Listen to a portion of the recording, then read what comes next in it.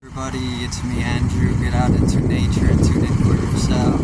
Resonate with the Earth's electromagnetic field here, 432 Hertz, the universal frequency. Today, I'm gonna go over beyond living beyond the threshold. This is extremely profound, due to the nature of just being able to experience anything beyond the threshold, right? The threshold is pretty much it's like the veil, right? You have a veil over your face.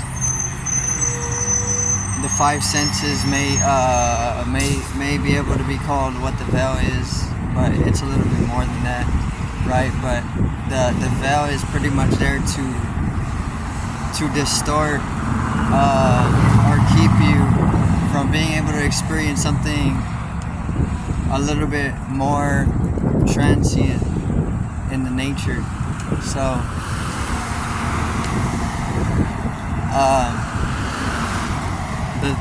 the threshold is just that. It's the veil, right? The threshold is just anatomical, and you can actually go beyond the threshold through various different anatomical shiftings that can happen in your system. You can do it consciously, it can happen to you unconsciously.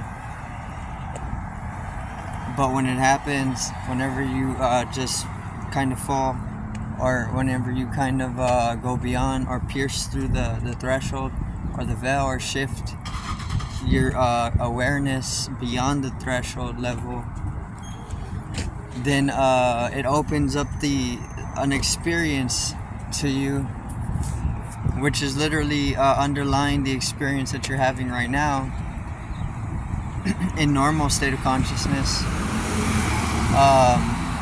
which is it could be very similar to normal state of consciousness depending on how deeply you go beyond the threshold, right?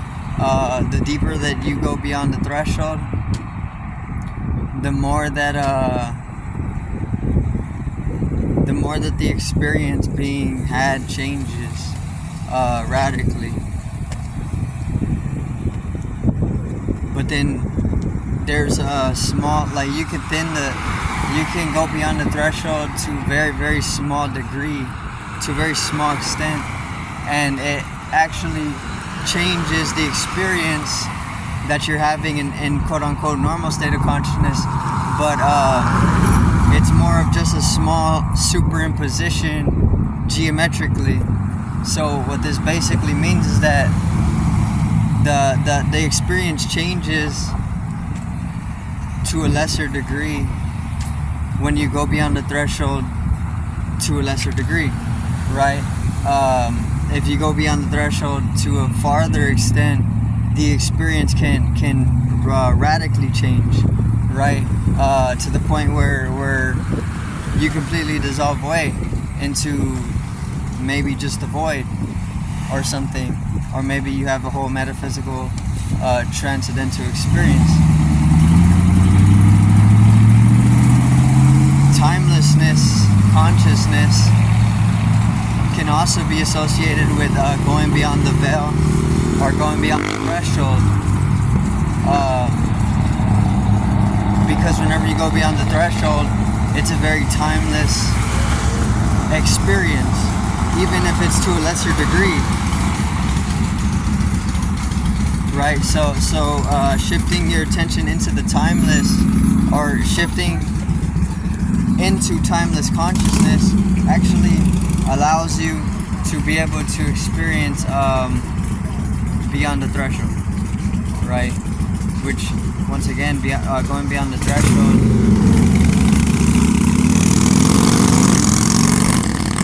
it opens you up to something which was not there in your normal state of consciousness, right?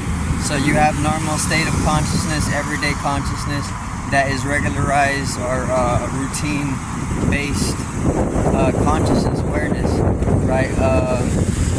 You have various different substances that are also regulated throughout the matrix to help people open up a little bit more, or even close up a little bit more. And this has a direct effect with the experience, right? So you get alcohol, it changes your experience a little bit. You get acid, LSD, it changes your experience a little bit. You get weed, it changes your experience. That the substances actually, they help you go beyond the threshold, right? But not radically. Psychedelics, since they're different, well, they're not pleasure drugs, they're more so hallucinogenic drugs. These allow you to go beyond the threshold deeply, so they have a radical effect on what is being experienced, and they open you up to that timeless state of consciousness. Whereas cocaine or even alcohol, things like these more pleasure substances are to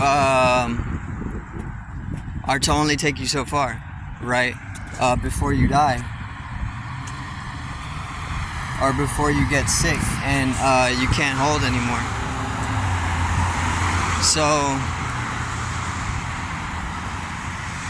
going beyond the threshold is opening yourself up to that timeless state of consciousness, which is a necessity, because this is actually just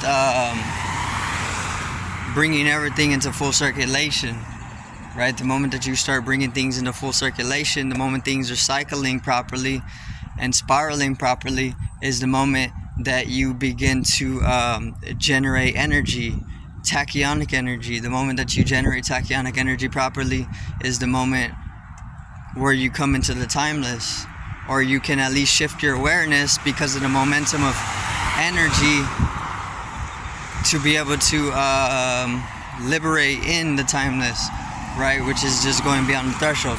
So if you fall into a hypnagogic state or hypnagogia state, which is just that state between sleep and wakefulness, that special undulation, that meditative state, that entrancement state, hypnotic state, it completely opens you up to what is there, that the matrix is already trending timelessly, or at least in a dilated time, that's already being viralized. But once again, because you're in a normalized state of consciousness, or you're fixated or attached to the waking state of reality, which is only like 5% in the statistics of psychologists of reality to be experienced, is the reason why you aren't experiencing what is actually there, right? Which is much more. Like people, there's many different intelligence to what we're calling people, or human beings. Human beings aren't actually human beings. They're multiple different intelligences mashed together, and they're all just playing. They're all inhabiting that form that's pretty much being taken up. But the form itself, this body, isn't the dominant form. There's multiple forms to this specific axis of geometry, because you're fixated or attached to a normalized sense, or a regulation of consciousness is the reason why we stay within these forms, right?